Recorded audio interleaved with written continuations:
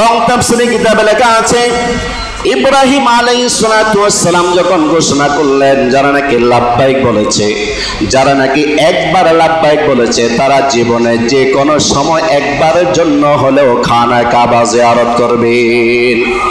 যারা 10 বার লাব্বাইক বলেছেন তারা 10 বার খানা কাবা জিয়ারত করবেন। যারা 20 বার লাব্বাইক বলেছেন তারা 20 বার খানা কাবা জিয়ারত করবেন।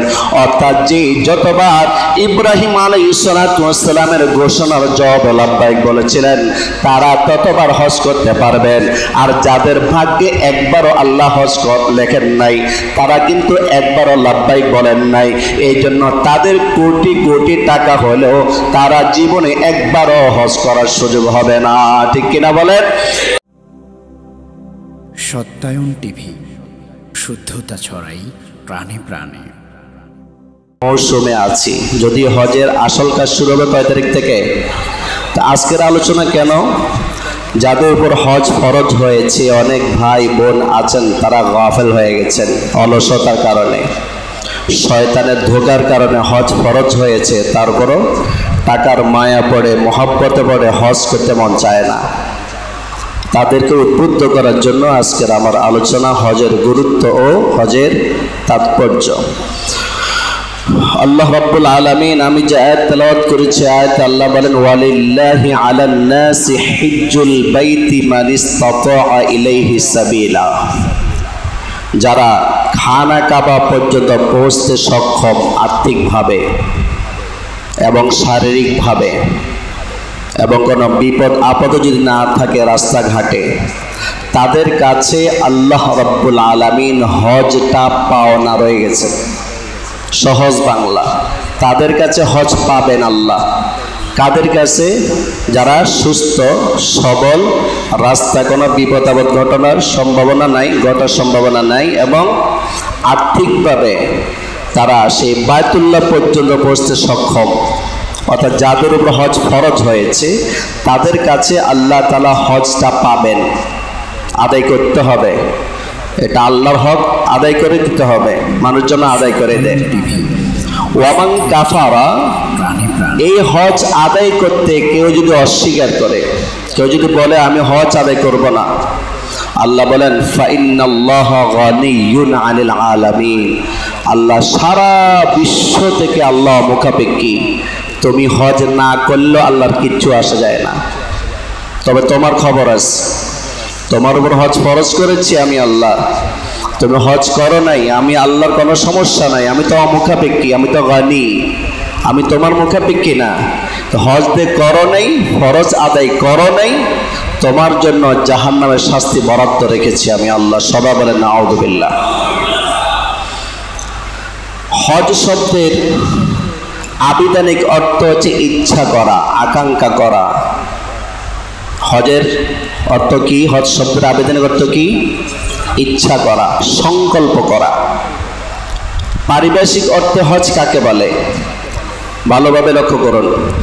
নির্দিষ্ট মাসে, নির্দিষ্ট দিনে, নির্দিষ্ট সময়ে, নির্দিষ্ট স্থানে নির্দিষ্ট কিছু কাজ শরীয়তে বর্ণিত পন্থা অনুযায়ী আদায় করার নাম হচ্ছে হজ। এখানে 5টা কথা বলেছি। হজ তো সবসময় আমরা বলি, হজ কাকে বলে এটাই জানি না। ভালোভাবে হজ কাকে বলে? নির্দিষ্ট মাসে, যেমন ওই যে মাস জিলহজ মাসে হইতে হবে। নির্দিষ্ট দিনে, ওই যে নির্দিষ্ট কয়েকটা দিন, নির্দিষ্ট সময়ে। আপনার সময় আছে, আরাফার ময়দানে কখন থাকবেন, মিনায় কখন থাকবেন, মুজদালিফা কখন থাকবেন, সময় আছে কি নাই নির্দিষ্টভাবে। তাহলে নির্দিষ্ট মাসে, নির্দিষ্ট দিনে, নির্দিষ্ট সময়ে, নির্দিষ্ট জায়গায়। নাকি যে কোনো জায়গায় হজ করতে পারবেন? বাংলাদেশের কোন জায়গায় হজ করতে পারবেন? মক্কা শরীফ না যাইয়া পৃথিবীর কোন জায়গায় গিয়ে হজ করলে হবে? তাহলে জায়গাও কি আছে? নির্দিষ্ট আছে। আবার যে কাজগুলো করবে এগুলোও নির্দিষ্ট আছে। হজের ফরজ কয়টি, হজের ওয়াজিব কয়টি, এগুলো নির্দিষ্ট আছে। তাহলে নির্দিষ্ট কাজ আমি আমার মন মতো করলে হবে না, শরীয়তে যে পন্থা আদায় করার জন্য বর্ণিত আছে পন্থাগুলো, ওই পন্থা অনুযায়ী আমাকে আদায় করতে হবে। এখন শুনুন তো, বোঝেন কিনা? নির্দিষ্ট মাসে, নির্দিষ্ট দিনে, নির্দিষ্ট সময়ে, নির্দিষ্ট স্থানে নির্দিষ্ট কিছু বিধান, যে বিধানগুলো শরীয়তে বর্ণিত আছে, নির্দিষ্ট পন্থায়, শরীয়তের পন্থায় আদায় করার নাম হজ। এই হজ, তাহলে আমরা সবাই বলতে পারবো দেখুন হজ কাকে বলে। এই হজ আল্লাহ রাব্বুল আলামিন মানব জাতির সবার জন্য ফরজ করেন নাই। যাদেরকে আল্লাহ তাআলা অর্থ সম্পদ দিয়েছেন তাদের জন্য আল্লাহ তাআলা হজ ফরজ করেছেন। এই হজ এত গুরুত্বপূর্ণ বিষয় যে শরীয়তে যে 5টি বেনা আছে, শরীয়তের যে 5টি ভিত্তি আছে, ওই 5টি ভিত্তির অন্যতম একটি ভিত্তির নাম হচ্ছে হজ। قال رسول الله صلى الله عليه وسلم بني الإسلام على 5 شهادة أن لا إله إلا الله وأن محمد رسول الله وإقام الصلاة وإيتاء الزكاة والحج وصوم رمضان। আল্লাহ রাসূল সাল্লাল্লাহু আলাইহি ওয়াসাল্লাম ইরশাদ করেন, বুনিয়াল ইসলামু আলা 5, ইসলাম ধর্মের খুঁটি হচ্ছে 5টি। 1 নম্বর শাহাদাতি আল্লাহ ইলাহা ইল্লাল্লাহ ওয়া আন্না মুহাম্মাদুর রাসূলুল্লাহ, আল্লাহ ছাড়া কোনো মাবুদ নেই এবং মুহাম্মদ সাল্লাল্লাহু আলাইহি ওয়াসাল্লাম আল্লাহ তাআলার রাসূল, এই কথা সাক্ষ্য দেওয়া। 1 ওয়া ইকামিস সালাহ, নামাজ কায়েম করা। 2 3 নম্বর ওয়া ইতাইজ যাকাত, যাকাত আদায় করা। 4 নম্বর ওয়াল হজ, হজ করা। 5 নম্বর ওয়া সাওমি রমাদান, রমজান মাসে রোজা রাখা। ইসলামের বেনা, ইসলামের খুঁটি কয়টি বলেন সবাই বলেন? ইসলাম বেনা কয়টি? কালিমা, নামাজ, রোজা, হজ, যাকাত। কালিমা, নামাজ, রোজা, হজ, এই 5টি ভিত্তিকে আমরা 2 ভাগে ভাগ করব। এই 5টি ভিত্তি কয় ভাগে বিভক্ত? 2 ভাগে। 1 নম্বর ইতিকাদ, 2 নম্বর আমল। এই 5টা ভিত্তি কয় ভাগে বিভক্ত? 2 ভাগে বিভক্ত। 1 নম্বর ইতিকাদের সাথে সম্পৃক্ত, বিশ্বাসের সাথে সম্পৃক্ত। প্রথম যেটা বলা হয়েছে আল্লাহ ছাড়া কোনো মাবুদ নেই, মুহাম্মদ সাল্লাল্লাহু আলাইহি ওয়াসাল্লাম আল্লাহর রাসূল, এটা ইতিকাদের সাথে সম্পর্ক। 2 নম্বর বলছিলাম আমলের সাথে সম্পর্ক। এই আমলের সাথে সম্পর্ক যে বিধান, যে ভিত্তিগুলো, এগুলো আবার 3 প্রকার। আমলের সাথে সম্পর্কিত বিধান কত প্রকার? 3 প্রকার। 1 নম্বর শারীরিক ইবাদত, 2 নম্বর আত্মিক ইবাদত, 3 নম্বর শরীর এবং অর্থ উভয়টির সমন্বিত ইবাদত। বলেন তো আমলের সাথে সম্পর্কিত খুঁটি কত প্রকার? 3 প্রকার। 1 নম্বর কি? শারীরিক ইবাদত, যেমন নামাজ, রোজা, শরীরের সাথে সম্পর্ক। নামাজ, রোজা 5 খুঁটি, 2 খুঁটি কিনা? 5টা খুঁটির মধ্যে 2টা খুঁটি কিনা? নামাজ আর রোজা। কিন্তু এটার সাথে সম্পর্ক শরীরের সাথে সম্পর্ক, নামাজ, রোজা। আত্মিক ইবাদত যেমন যাকাত, এই যাকাতও 5 খুঁটির একটা, এটা হলো অর্থের সাথে সম্পর্ক, যাকাত। 3 নম্বর অর্থ এবং শরীর উভয়টির সমন্বিত ইবাদত, সেটা হলো হজ। তাহলে কি বলছে বলেন তো? শরীয়তের ভিত্তি, শরীয়তের খুঁটি কয়টি? এই 5টাকে কয় ভাগে ভাগ করা হয়েছে? প্রথমত 2 ভাগে। একটা হলো ইতিকাদের সাথে সম্পর্ক, এটা 1 প্রকার, লা ইলাহা ইল্লাল্লাহ মুহাম্মাদুর রাসূলুল্লাহ। আর যে 4টা খুঁটি আছে, এই 4টা খুঁটিকে 3 ভাগে ভাগ করা হয়েছে। শারীরিক ইবাদত, আর্থিক ইবাদত, শরীর এবং অর্থ উভয়টি সমন্বিত ইবাদত। শারীরিক ইবাদত যেমন নামাজ আর রোজা, আর্থিক ইবাদত যেমন নাকি যাকাত, শরীর এবং অর্থের সাথে সম্পর্কিত ইবাদত যেমন নাকি হজ। আজকের আমাদের আলোচ্য বিষয় হচ্ছে হজ। এই হজ আল্লাহ রাব্বুল আলামিন সকলের উপর ফরজ করেন নাই, ওই সমস্ত বান্দার উপর হজ ফরজ করা হয়েছে যাদেরকে আল্লাহ তাআলা সেই পরিমাণ অর্থ সম্পদ দান করেছেন। এই হজ এত গুরুত্বপূর্ণ বিষয় যে হযরত আদম আলাইহিস সালাতু ওয়াস সালাম থেকে শুরু করে হজের বিধান ছিল। সুবহানাল্লাহ বলেন। হযরত আদম নবী থেকে নিয়ে আমাদের নবী পর্যন্ত যত নবী রাসূল আসছিলেন, সব নবী রাসূলের বিধান সব নবী রাসূলের উম্মতের জন্য বিধান ছিল হজের বিধান। গুরুত্ব কম না বেশি বলেন? যে 5টি রুকুনের কথা একটু আগে আপনাদেরকে বলেছি, শরীয়তের রুকুন হচ্ছে 5টি। ওই 5টির মধ্যে একটার নাম নামাজ, আমরা সবাই জানি। এই নামাজকে আমরা সবাই গুরুত্বপূর্ণ বিধান মনে করি, বাস্তবে গুরুত্বপূর্ণ। কিন্তু হজ এত গুরুত্বপূর্ণ বিধান, এত গুরুত্বপূর্ণ রুকুন, ক্ষেত্র বিশেষে নামাজ থেকেও বেশি গুরুত্বপূর্ণ। কি বললাম? হজ ক্ষেত্র বিশেষ, সব সময় না, হজ ক্ষেত্র বিশেষে নামাজ থেকেও গুরুত্বপূর্ণ। কেন? নামাজ যদি কোনো কারণে কাজা হয়ে যায়, তখন সেই নামাজটা আদায় করার সুযোগ আছে নাকি নাই? সবাই বলেন আছে নাকি নাই? যে কোনো সময় নামাজ কাজা হয়ে গেলে আপনি আদায় করতে পারবেন, মাকরু সময় বাদ দিয়া। মাকরু সময়, যে 3টা সময়ের মধ্যে নামাজ পড়া মাকরু, ওই 3টা সময় বাদ দিয়ে, আমরা তো জানি সূর্য ওঠার সময় এবং মাথা বরাবর হইলে আরেকটা সূর্য একদম অস্তস্ত ভাব, ওই সময়। এই 3 ওয়াক্ত ছাড়া আপনি কাজা নামাজ আদায় করতে পারবেন যদি নামাজ কাজা হয়ে যায়। আচ্ছা, হজ যদি কারো ছুটে যায়, হজ করতে গেছেন আপনি, কোনো কারণে হজটা আপনি করতে পারলেন না, ওই বছর কি আপনি আর হজ করতে পারবেন? কতদিন অপেক্ষা করতে হবে? আর নামাজ যদি কাজা হয়ে যায়, কতদিন অপেক্ষা করতে হবে? আমি কি বলছি, ক্ষেত্র বিশেষে নামাজের থেকে হজের গুরুত্ব অনেক বেশি। এই 1 বছরের মধ্যে যদি আপনি মরে যান, তখন উপায়টা কি হবে? আপনি তো আর আদায় করতে পারলেন না। এই জন্য যাদের উপর হজ আগে ফরজ হয়ে গেছে, এখনো হজ করেন নাই আপনারা, অথবা এই বছর হজ ফরজ হয়েছে কিন্তু এই বছর আপনি হজ করতেছেন না, তাদের জন্য 3টা রাস্তা। 2 শ্রেণীর লোকের জন্য 3টা রাস্তা। প্রথম শ্রেণী হচ্ছে আরো বহু আগে হজ ফরজ হয়ে গেছে, হজ করেন নাই। আরেক শ্রেণী হচ্ছে এই বছর হজ ফরজ হয়েছে, এই বছর, এই যে মনে করে 5 দিন আগে হজ ফরজ হয়েছে আপনার উপর। এই 2 শ্রেণীর লোকের জন্য 3টা রাস্তা আছে।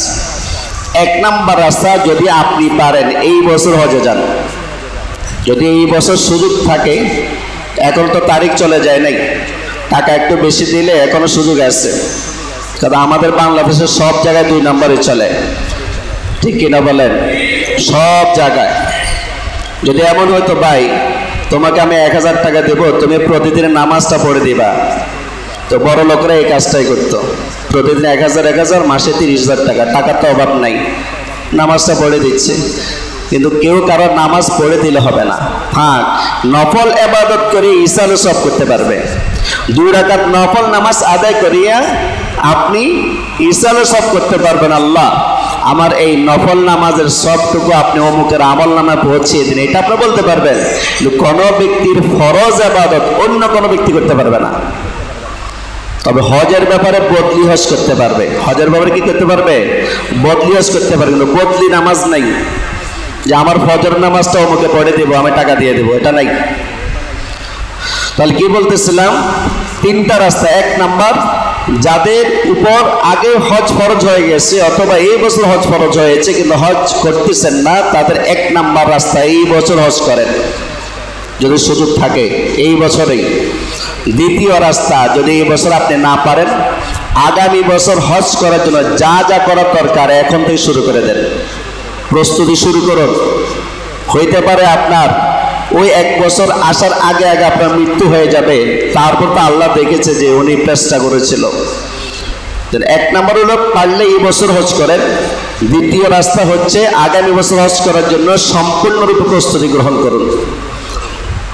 3 নাম্বার, আপনি আপনার সন্তানকে ওসিয়ত করে দিতে হবে, যদি আপনি প্রস্তুতি গ্রহণ করতে না পারেন, যে আমার উপর হজ ফরজ হয়েছে, আমার ইন্তেকাল যদি হয়ে যায় তখন আমার সম্পদ থেকে তুমি আমার বদলি হজ করে দেবা, অথবা অন্য কাউকে দিয়া বদলি হজ করানোর ব্যবস্থা করবা, এই ওসিয়ত করে যাইতে হবে।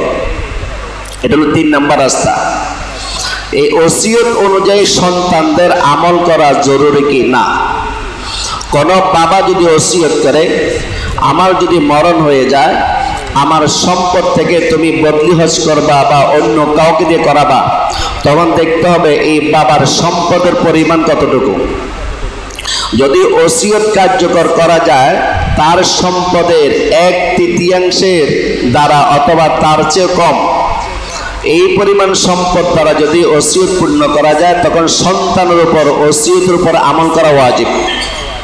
বুঝেন না কথা? বাবা যদি ওসিয়ত করে যায়, সম্পদকে ভাগ করা হবে, 3 ভাগ করা হবে।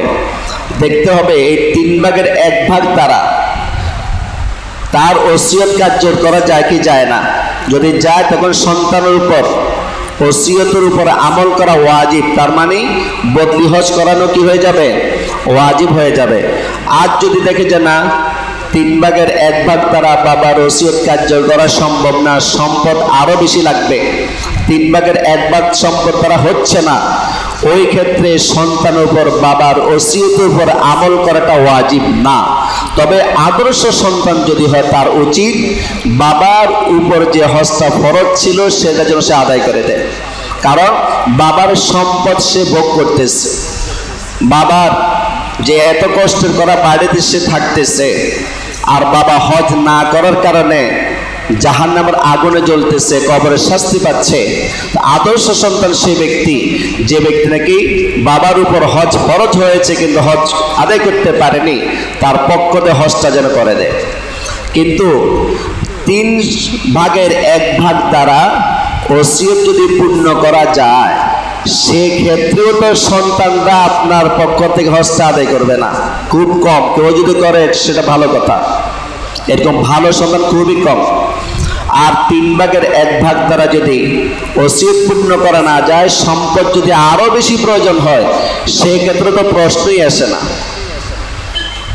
সন্তান ওই ধরনের বানাইতে হবে আপনাকে, যে সন্তান আপনার অবর্তমানে আপনার বদলি হজটা আদায় করে দেবে। তাহলে এমন একটা গুরুত্বপূর্ণ হজ যাদের উপর ফরজ হয়ে গেছে, তারা কিন্তু বিভিন্ন কারণে আগামী চক্করে পড়ে যায়। আগামী চক্করে যে আমি আগামীতে করব, এই বছর আমি হজ করব না, আগামী বছর আমি হজ করব। কেন? জোয়ান বয়সে যদি হজ করি, হজ করে আসলে তো গুনাহ করতে পারবো না, একদম আলিফ হয়ে যেতে হবে, সোজা হয়ে চলতে হবে। এখন তো মাত্র বয়স শুরু, কত সুযোগ আছে গুনাহ করার। হজ করে আসলে মানুষ হাজির সাহেব বলবে, টিভি দোকানে বসতে পারবো না, চা দোকানে বসে গীবত করতে পারবো না, দাড়ি কামাইতে পারবো না, পরনার দিকে তাকাইতে পারবো না, ইফটিজিং করতে পারবো না, সুদ ঘুষ খাইতে পারবো না। বয়স তো আরো অনেক রয়ে গেছে, পরে করি, এরপরে আগামীতে করি। আগামীর চক্করে পড়তে পড়তে বুড়ো হইয়া কুজু হয়ে যায়। একদম কুজু, বুঝেন তো কি? কুজু মানে কি? গুঞ্জা দিয়া যায় আর কি। ওই সময় সে হজ করতে যাবে। আল্লাহ রাসূল সাল্লাল্লাহু আলাইহি ওয়াসাল্লাম বলেছেন, আল হাজ্জু আল আজ্জু, আল হাজ্জু আল আজ্জু, প্রথমটা হা পরেরটা আইন, যে হজ এটা কষ্টকর। হজ করতে শারীরিক কষ্ট হয়, শারীরিক শক্তির প্রয়োজন। হজের বিধানগুলো যথাযথভাবে পালন করার জন্য যৌবন বয়সে হজ করা দরকার। তাহলে এক শ্রেণীর লোক আছে, আমি আমার বয়স হলে হজে যাব, এখন যদি হজ করে গুনার কাজ করতে পারবো না, এই জন্য হজ করবো না। আর যারা সরকারি চাকরি করে অথবা এমনি চাকরি করে, তারা বলে যে অবসরে গিয়ে তারপর হজ করবো, ওই টাকা দিয়া, ওই টাকা বুঝছেন তো, ওই টাকা একসাথে পাবে, তারপর সে হজে যাবে অবসরে গেলে। কিন্তু ওই অবসরে যাওয়ার আগে যদি দুনিয়া ছেড়ে সে অবসরে চলে যায়, এটা কিন্তু সে চিন্তা করে না। এই এক শ্রেণীর লোক আছে। আবার আরেক শ্রেণীর লোক আছে যে আমার ছেলে বিবাহের উপযুক্ত হয়েছে, হ্যাঁ, মেয়ে বিবাহের উপযুক্ত হয়েছে, এখন আমি যাব না, ছেলে মেয়েকে বিবাহ দিয়ে তারপরে আমি যাব। আচ্ছা বলেন তো, হজ কারোর উপর যদি ফরজ হয়, এই হজ আদায় করার জন্য ছেলে মেয়ের বিবাহ দেওয়া এটাকে জরুরি। কোনো ব্যক্তির উপর হজ ফরজ হওয়ার পর ছেলে এবং মেয়েকে বিবাহ না দিয়ে যদি হজ করে, হজ আদায় হবে না? কথা বলেন, হজ আদায় হবে না? ছেলে মেয়ে বিয়ে তো দূরের কথা, হজ ফরজ হলে নিজে বিয়ে করা দরকার নাই, বিয়ের আগে হজ করে চলে আস। কারণ হজ মানুষের জীবনে একবার ফরজ হয়। কয়বার ফরজ হয়? একবার ফরজ হয়, 2বার ফরজ হয় না। তো বিয়ের আগে কেউ যদি হজ ফরজ হওয়ার পর আদায় করে দেয়, বিয়ে করলে তার উপর আর 3য়বার ফরজ হবে না, ছেলে মেয়ে হলো তার উপর আর 2য়বার ফরজ হবে না। সে যদি এমনি করে করুক, কিন্তু ফরজটা কিন্তু আদায় হয়ে যাবে। তাহলে এই যে মানুষগুলো আগামী চক্করে এটা কিন্তু ঠিক না। কারণ আগামীতে করব কমপক্ষে 1 বছর অপেক্ষা করতে হবে আপনাকে। এই বছর যদি না করি আগামীতে করব, 1 বছর অপেক্ষা করতে হবে। এই 1 বছরের মধ্যে হায়াত মত এটা আমি জানি না, এটা কে জানেন একমাত্র। এই জন্য হজের ব্যাপারে অলসতা করতে নেই। তো আমি যেটা বলতেছিলাম, হজের পটভূমি কি?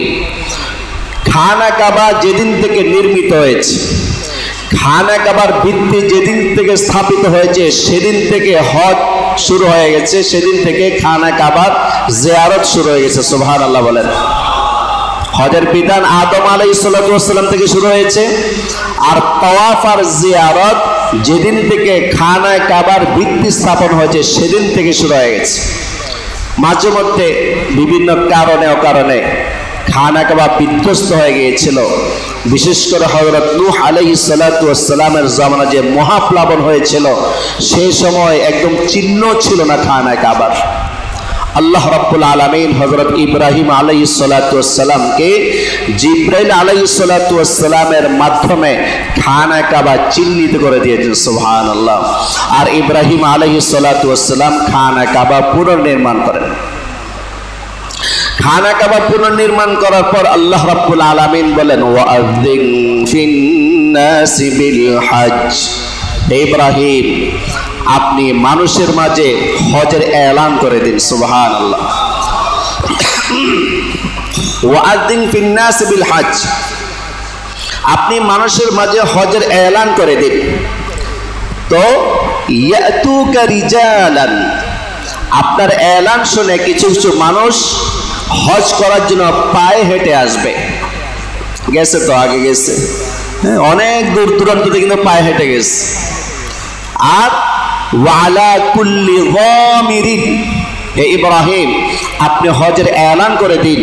হজের এলান শোনার পর অনেক মানুষ উটের উপর সাওয়ার হয়ে আসবে, এত দূর দূরান্ত থেকে আসবে। মিন কুল্লি, যে এত দূর দূরান্ত থেকে আসবে যে ওটগুলোর উপর আরোহণ করবে। তারা ওই সফর করতে করতে করতে করতে ওটগুলো দুর্বল হয়ে যাবে। দুর্বল ওটের উপর আরোহণ করেও মানুষ হজ করার জন্য আসবে। আপনি হজের এলান করে দিন। ইব্রাহিম আলাইহিস সালাম বলেন, হে আল্লাহ, এই জনমানব শূন্য প্রান্তরে আমি এলান করে কি করব? আমার আওয়াজটা কে শুনবে? আমার এলানটা কে শুনবে? আল্লাহ বলেন, হে ইব্রাহিম, আপনাকে বলেছি এলান করার জন্য, আর মানুষের কানে কানে পৌঁছানোর দায়িত্ব আমি আল্লাহ।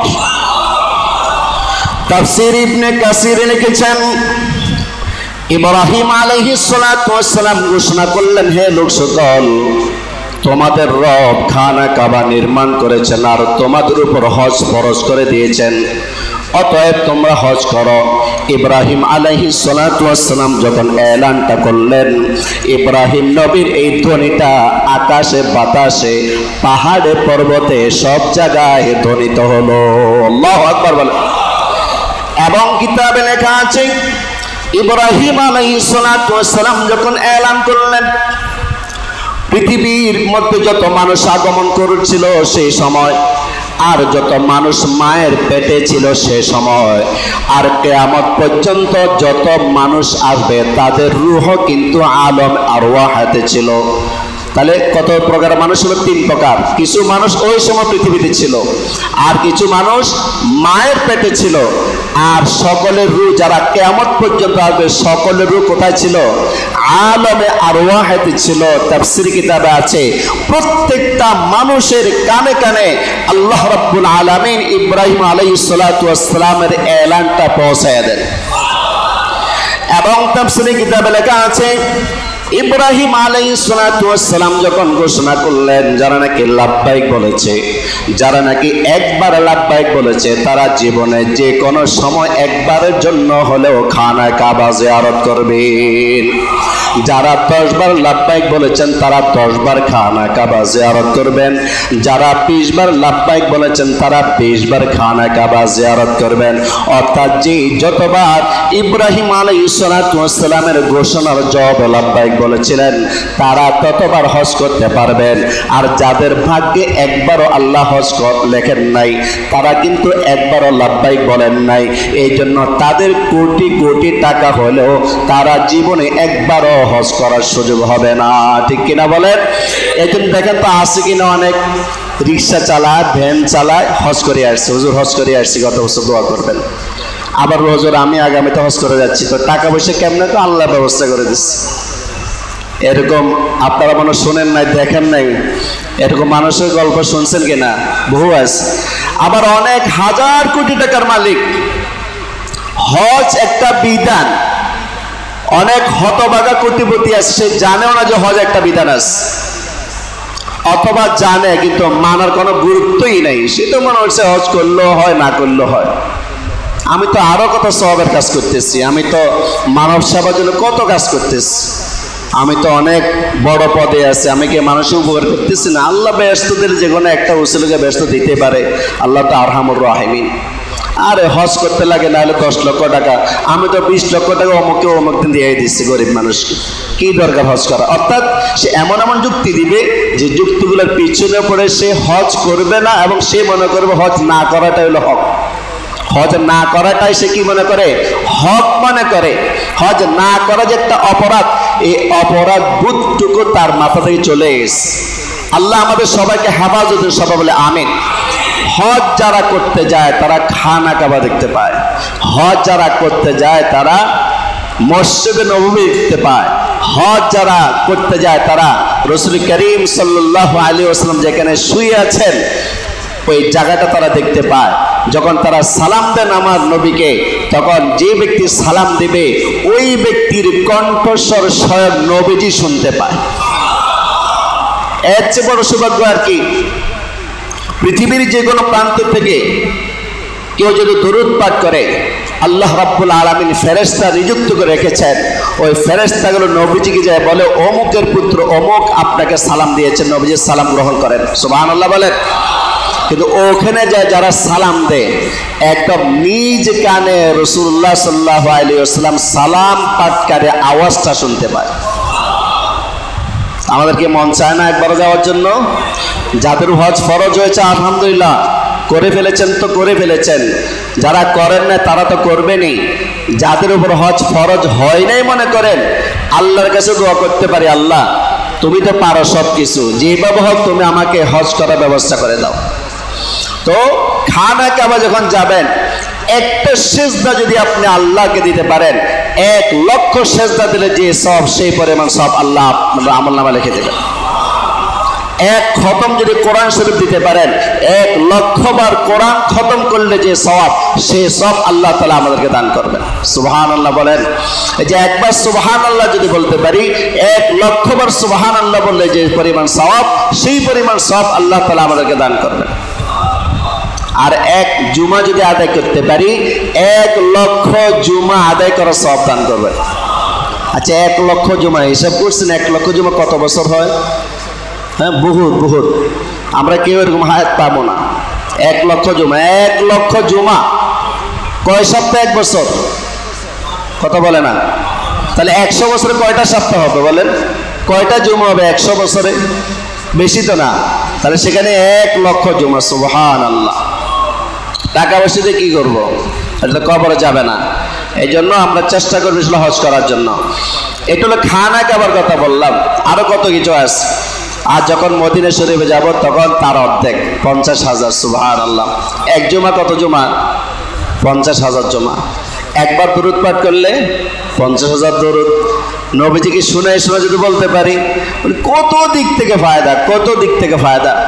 রাসূল করিম সাল্লাল্লাহু আলাইহি ওয়াসাল্লাম বলেছেন, কোন ব্যক্তি যদি আল্লাহকে সন্তুষ্ট করার জন্য হজ করে, দুনিয়ার মানুষকে দেখানোর জন্য নয়, একমাত্র কাকে খুশি করার জন্য, রাসূল বলেন ফালাম ইয়ারফাত, হজ চলাকালীন স্ত্রীর সম্মুখ থেকে বিরত থাকবে, ওয়ালাম ইয়াফসুক, হজ চলাকালীন সর্বপ্রকার গুনাহ থেকে বিরত থাকবে, রাজা কায়াউমিন ওয়ালাদাতহু উম্মুহু, ওই ব্যক্তি হজ করিয়া যখন বাড়িতে ফিরবে কেমন ফিরবে? রাসূল বলেন একটা সন্তান মায়ের পেট থেকে যেমনি ভাবে নিষ্পাপ অবস্থা জন্মগ্রহণ করে, ওই হাজী সাহেব নিষ্পাপ হইয়া বাড়িতে ফিরে আসবে।